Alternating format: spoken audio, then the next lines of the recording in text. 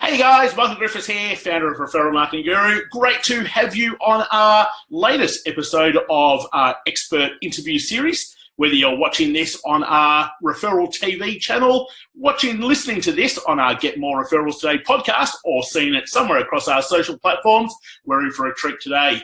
Jack Delosa, founder of the Entourage, among many other talents, is going to join us for this particular episode. And I've had the pleasure of knowing Jack for the last couple of years, seeing the amazing things that he's been doing there with the Entourage Education Development Centre here in Sydney, and the hundreds of people that come through those doors that just get their business transformed because of the structures he's put in place. But I also know Jack has many other talents, unbelievable podcasts, best-selling books. So we're going to get stuck into all of it, because I know as much as we can pick out of Jack's brain as we can will only benefit you guys. So Jack, thank you so much for joining us, and welcome. Michael, really good to be here, mate. And I just sort of write a reply to your introduction. You've played a pretty serious part in the growth and particularly the member satisfaction we have here at the Entourage, and enabling so many results. So made a huge amount of gratitude straight back at you.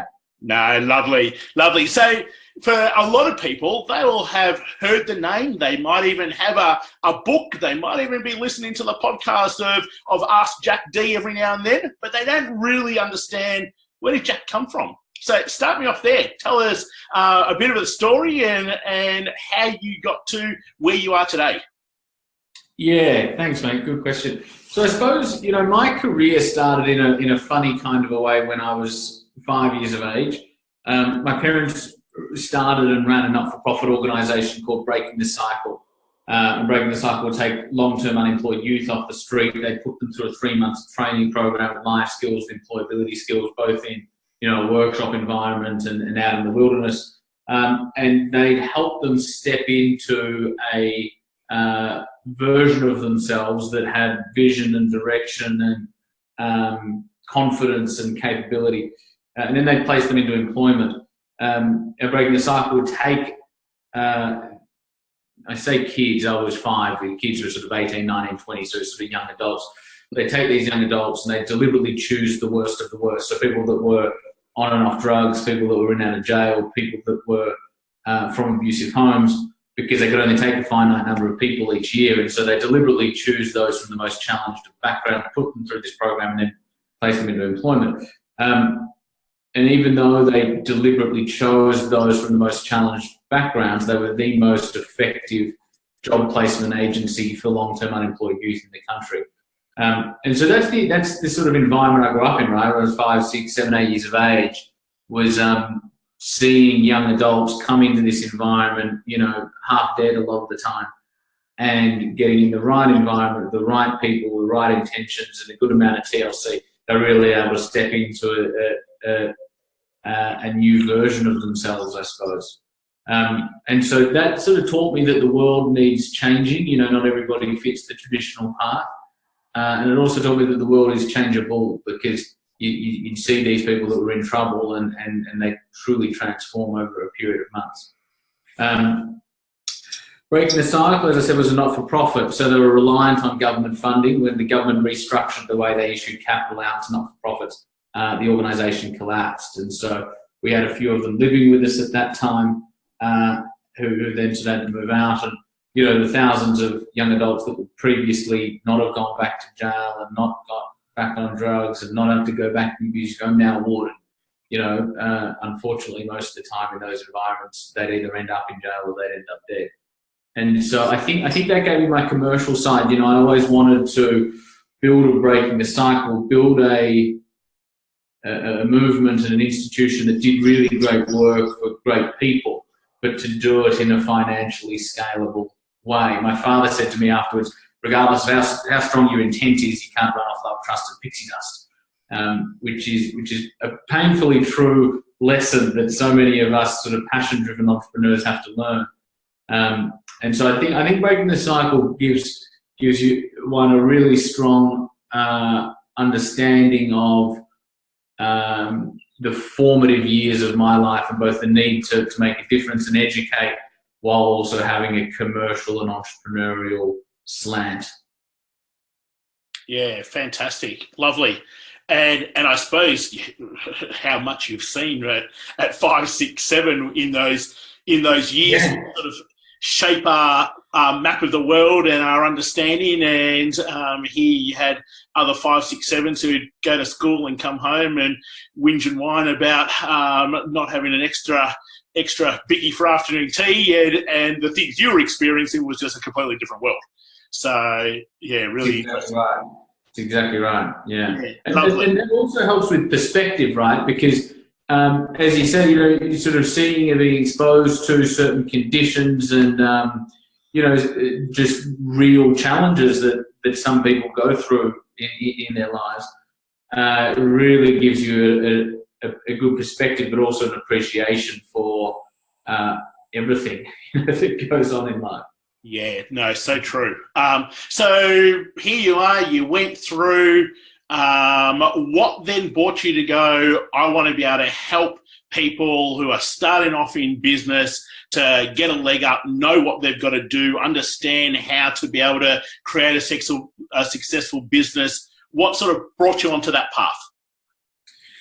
Yeah, so I think breaking the cycle made me interested in impact and influence, wanting to make a difference.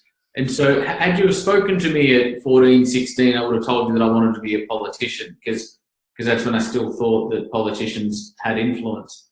And sort of if you ask yourself, if you look around, our kind of world and you go, who helps advance humanity? Who helps advance civilization?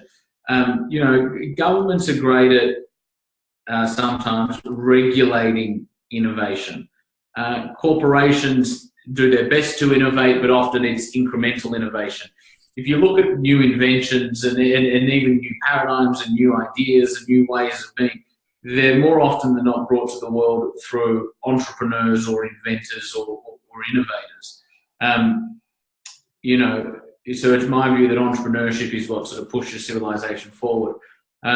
And so I always wanted to build an education institution. I didn't yet know that it was going to be for entrepreneurs and business owners specifically, but as my own perspective kind of matured and as I kind of learned a little bit more about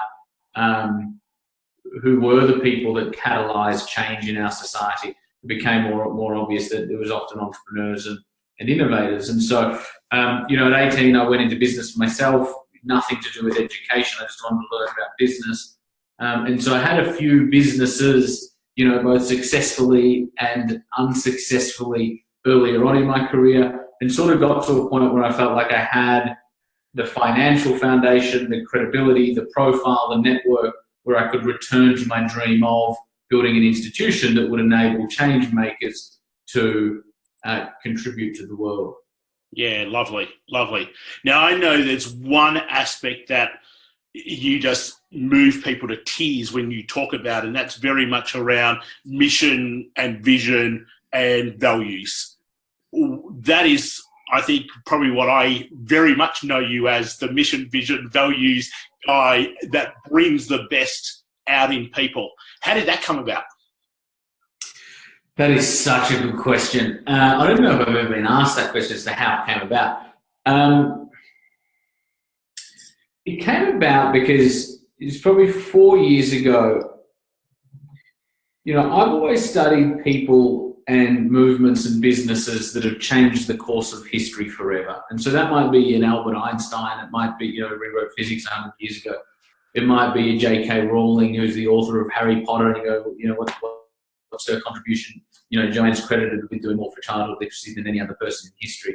Might be an Oprah Winfrey, who in her words, has disseminated pieces of light out into billions of lounge rooms around the world. So I've always had an affinity to leadership and to people that have made a contribution.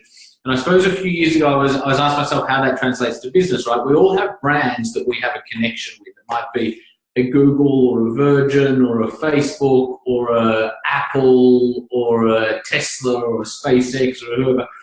And the question I was asking myself was, there's a magic that exists in these businesses. What is that? And can it be reverse engineered? And because what I don't like just sort of you have an experience with several different Virgin businesses around the world. You go, there's just a magic here, and I can't explain it. There's just a magic.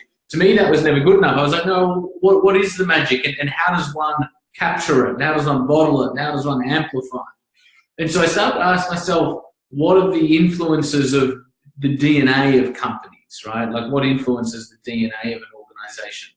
And so I just started exploring like crazy, be it individuals, be it movements, be it businesses. What is it? What are the fundamental principles that form an effective DNA, particularly today?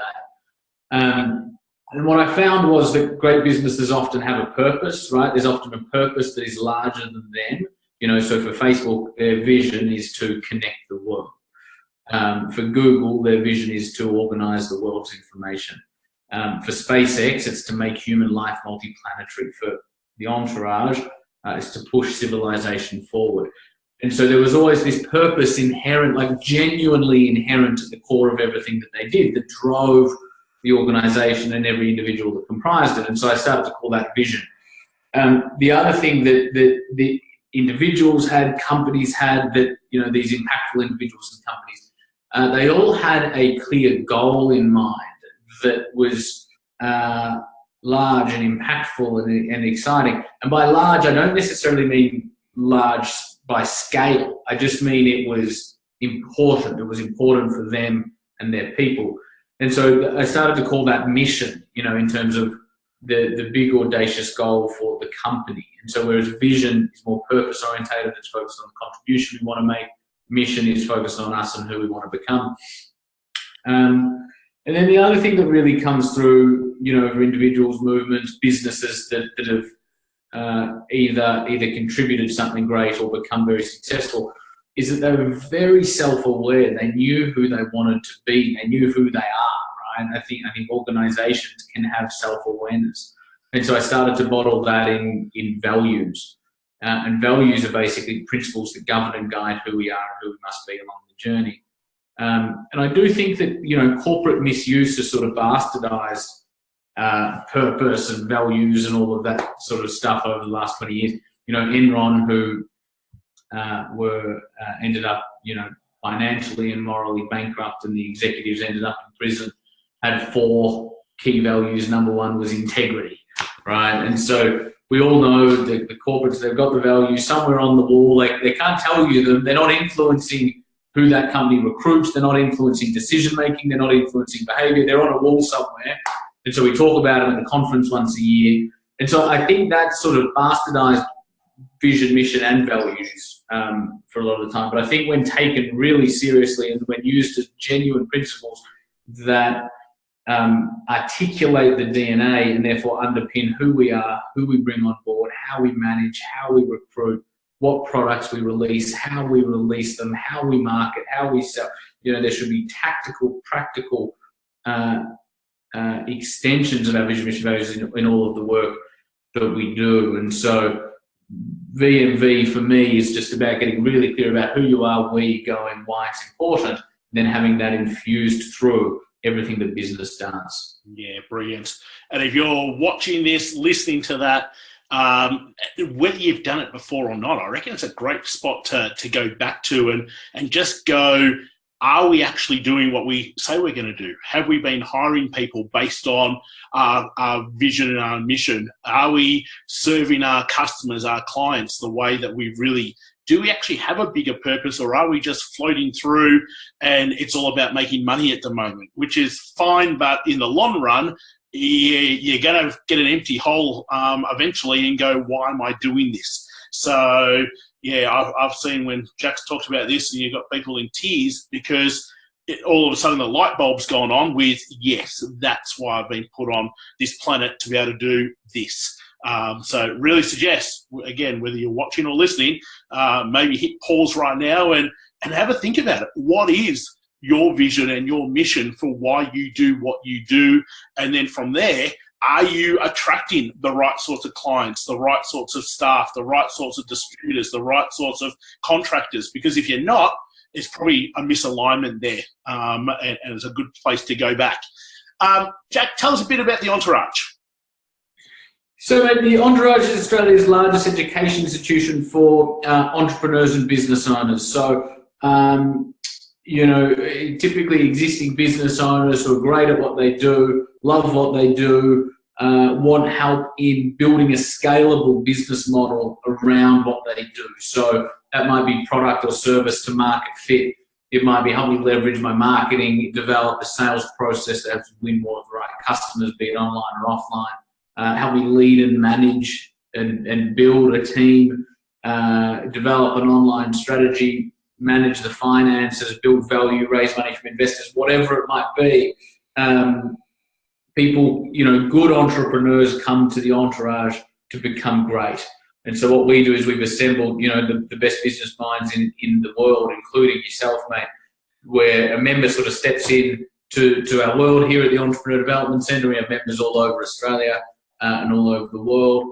And they have access to workshops that they can immerse themselves in to do a deep dive through any of the topics that I've just outlined. They can engage in experts such as yourself in terms of getting one-on-one or group mentoring around particular questions or challenges they might have at any given moment, as well as online learning. And so, I believe education should be intuitive and it should be tailored to the individual.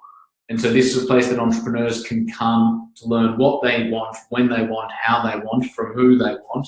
And it's, proven over the last 7 years to be perhaps the most effective education model for early stage entrepreneurs who are growing a successful business. Yeah, lovely. Fantastic. So that probably then leads me on to, we've got people who are watching, who are listening to this, that pretty much have been trying to do it all by themselves. They're probably now a little bit stuck. They're probably a little bit overwhelmed. They're probably not quite sure what the next move is. Do I just quit altogether or do I keep pushing through? What are some of the things that you would, if you just had one or two things for someone who's there and going, gee, I know I can make this happen, but I'm just not sure what to do or how to do it. What would you say to them? The first thing I'd say is that the self-doubt never goes away. It was Oprah that said in her final episode, she said, that voice inside your head that tells you you're not good enough never goes away. The voice inside your head that says, I'm a phony, I'm just faking it, and tomorrow everyone's going to find out, and they're going to find out that I've just been putting on this whole act, she said that voice never goes away. And from her, that's a huge statement, right? Because she came from nothing, and was, America's first self-made female African-American billionaire. And so she's gone from nothing to huge heights, and says, that voice that tells you you're not good enough never goes away. So just accept that that's just going to be there forever, and that's our job to keep going regardless. And the second thing is environment is incredibly important. You have to get around people and processes and education that lifts you higher and demands more of you and pulls you up when you're down and pushes you higher when you're up. Environment is often more powerful than will. And so when you can step into an environment where you're surrounded by other like-minded, like-hearted people, then you grow together. The other thing on that, mate, I just mentioned a bit of a sidetrack, but I think it's important. I'm listening to a book at the moment called Principles by Ray Dalio. And Ray's the most successful hedge fund manager the world's ever seen. So, he's worth about $17 billion. But, he's sort of later stages of life, and so now he's looking to sort of pass on his knowledge to the rest of us. And he said something in his book the other day which just resonated with me so much, and I'm literally going to take a couple of hours to journal on this over the weekend. But he said, it never gets easier. He said, people think that when you get into business and when I'm doing a couple $100 grand, it'll be easier. When I'm doing $1 million, it'll be easier. When I'm doing 10, it'll be easy. When I'm doing 20, it'll be easier. Or when I've got a team, it'll be easier. When I've got 50, 80, 100, 6 stuff, whatever the numbers are, it'll be easier when. And I've even, am still guilty of that thinking sometimes in terms of, the higher I go, I think there's this voice in the back of my head going, when does it get easier kind of thing. And he made a very good point. He said,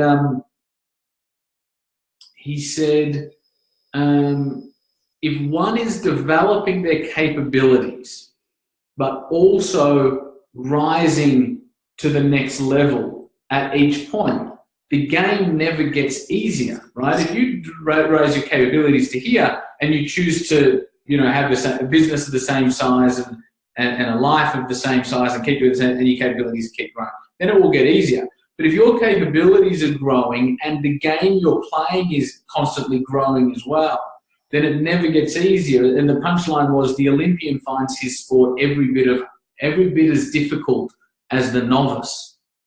I just found that to be so interesting. The Olympian finds his sport to be every bit as challenging as the novice. And perhaps even more challenging because they're now competing at an Olympic level and it's about milliseconds or millimeters or whatever sport it is that they're playing. And so I do view so I think that's really profound. It's a profound thing to reflect on. And I think it's healthy to view entrepreneurship as a never-ending journey of expansion.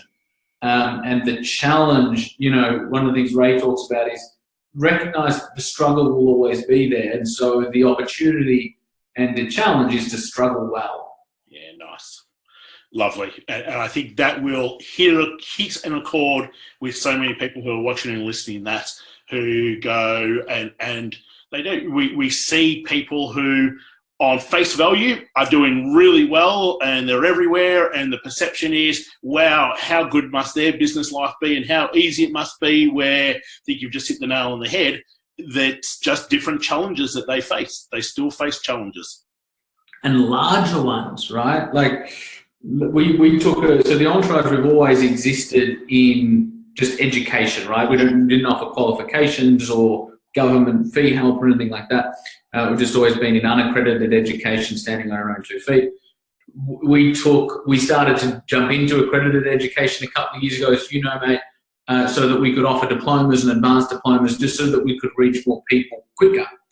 And we timed it, we couldn't have timed it worse. We came into that space and needed to build our cost base and our staff base and our infrastructure in order to play at that level. And then there was 3 really drastic regulatory changes over the next sort of 12 months. And so the last one of which, just in terms of the challenges getting bigger, the last change that was made in would have been October or September of 2016 essentially precluded us and other private colleges from playing in that space anymore. And so, you find out one day, it's literally on the front page of the newspaper, this is what's happening. The government's made the decision that the rules have changed and Entourage was probably one of the most effective educators in that particular space. Regardless of merit, it's no longer going to be an economical game for you guys to play. And so we had 3 months notice, and given that portion of our business would no longer be up and running, it meant that we were facing a monthly loss of about $800,000 monthly. We had about 3 months to prepare, right? And so, and we did. We prepared, we restructured, we rescaled our unaccredited side of our business. We reduced costs. And we went to work, and it was probably the hardest 6 months of my life. Well, it was the hardest 6 months of my life. But for me, that's indicative of a challenge that I might have faced 10 years ago or 13 years ago might have been, I need to find $3,000 to pay the ATO next week, right? And that would have been a huge challenge for me at the time. And then fast forward to the end of 2016, it's like monthly loss of $800K, 3 months to prepare. Good luck. And then, you got to go to work. And so the challenges expand as you do. Yeah, so true. Brilliant. Jack, people will be listening to this going, I need to be around Jack Delosa a lot more than what I am. How do people get around you? I know you've got a podcast, Ask Jack D. Where else and how else can people be around your community and yourself? Mate, one of the best places to go is just Instagram. I'm Jack Delosa on Instagram, so Jack Delosa. And you can also go to the Entourage website and become a free online subscriber. And so that's just the-entourage.com.au. And you'll be able to sign up there, become a member for free essentially, and then you're part of the game. Yeah, lovely. And both those links will be in the description, in the comments, if you're listening to this on podcast station, look in the comments box. If you're watching this on social media, look in the comments box. And if you're watching this on our referral TV station, look in the description and you will be able to take those links straight away and go and hang out with Jack, which is very much what I would encourage you to be doing. Jack, I feel like I could just be here talking back and forth for forever. I know you're busy and I really appreciate your time. So thank you so much for jumping on and sharing some great insights with us. Thanks, Michael. Absolute pleasure, mate. Appreciate it. No, all good. But thank you for joining us. That's been our latest interview with experts.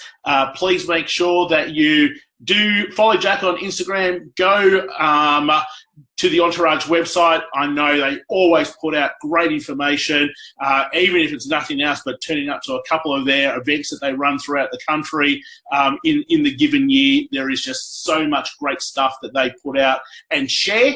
And also search on iTunes for Ask Jack D, because that is one podcast that you should be listening to. I'll say it's pretty close to us, but make sure that you get onto that podcast also. So till next time, guys, thank you very much. Take care, and I'll see you all very soon.